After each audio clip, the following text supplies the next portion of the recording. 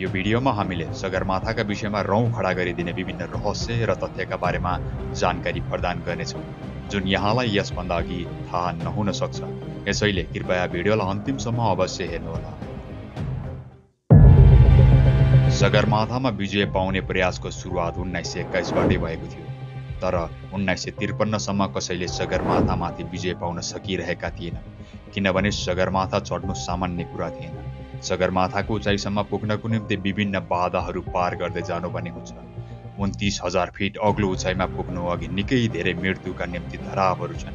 सगरमाथा चढ्ने प्रयासमा धेरै असफल भए, कतिले ज्यान गुमाए त तीमध्ये कतिजनाको मृत लास आज पनि हिउँले भरिएको चट्टानभित्र रहेको छ, जसलाई आजसम्म कसैले खोज्न र जिग्न सकेका छैनन्। यी सबैका बावजुद पनि मानिसले सगरमाथामाथि विजय पाउने प्रयास गर्न भने कहिल्यै छोडेन।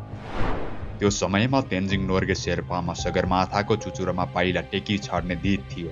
यसैले उनले स्विजरल्यान्डका रेमन्ड लेम्बर्टसँग मिलेर सगरमाथा चढ्ने प्रयास गरे, तर 1861 मिटरभन्दा माथि जान सकेनन्। अरू 237 मिटर माथि जान सकेको भए उनीहरू सगरमाथाको चुचुरोमा पुग्ने थिए, तर त्यो उचाइ त्यति बेलाको कुनै पनि आरोहीले पार गरेको सबैभन्दा उच्च उचाइ थियो। यसको बावजुद पनि तेन्जिङले हार मानेनन्। उनी फेरि सगरमाथा चढ्ने होडमा लागिरहे, तर उनलाई कसैको साथको खाँचो थियो। यसैले त्यसको 1 वर्षपछि न्युजिल्यान्डको एडमन्ड हिलारीको टिमसँग सगरमाथा चढ्ने प्रयास पुनः सुरु गरे। अन्ततः यो पटकको प्रयासमा तेन्जिङ नोर्गे शेर्पा र एडमन्ड हिलारीले विजय पाउन सफल भए।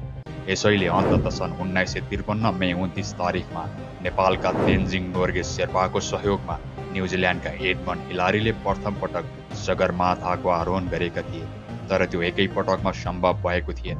तर केहीको विश्वास छ कि एडमन्ड हिलारी र तेन्जिङ नोर्गे सगरमाथा चढ्ने पहिलो व्यक्ति होइनन्। उनीभन्दा अघि जर्ज मेलोरी र एन्ड्रु इर्भिङले 1924 मै सगरमाथाको चुचुरोमा पुग्ने प्रयास गरेका थिए। त्यही वर्षको जुलाई 8 मा उनीहरूलाई सगरमाथाको चुचुरोभन्दा केही तल उचाइतर्फ जाँदै गरेको देखिएको थियो। त्यसपछि ती दुई जोडीलाई कहिल्यै देख्न सकिएन। यसैले त्यो बखत उनीहरूले सगरमाथाको चुचुरोसम्म पुगे या पुगेनन् भन्ने कुरा भन्न जिउँदो फर्कन सकेनन्। सगरमाथाको उचाइ विश्वमा पहिलो पटक सन् 1856 मा मापन गरिएको थियो। त्यो समयमा यसको उचाइ 8,840 मिटर थियो। पछि झन्डै 100 वर्षपछि सन् 1955 मा यसको मापन गर्दा 8,848 मिटर कायम रह्यो। तर पछिल्लो भूकम्पको कारण सगरमाथाको उचाइमा केही फेरबदल भएको अनुमानसहित गरिएको 2020 को पछिल्लो मापनमा सगरमाथाको उचाइ 8,848.86 मिटर कायम गरिएको छ। सगरमाथाको विकास कुनै पछिल्लो कालखण्डमा भएको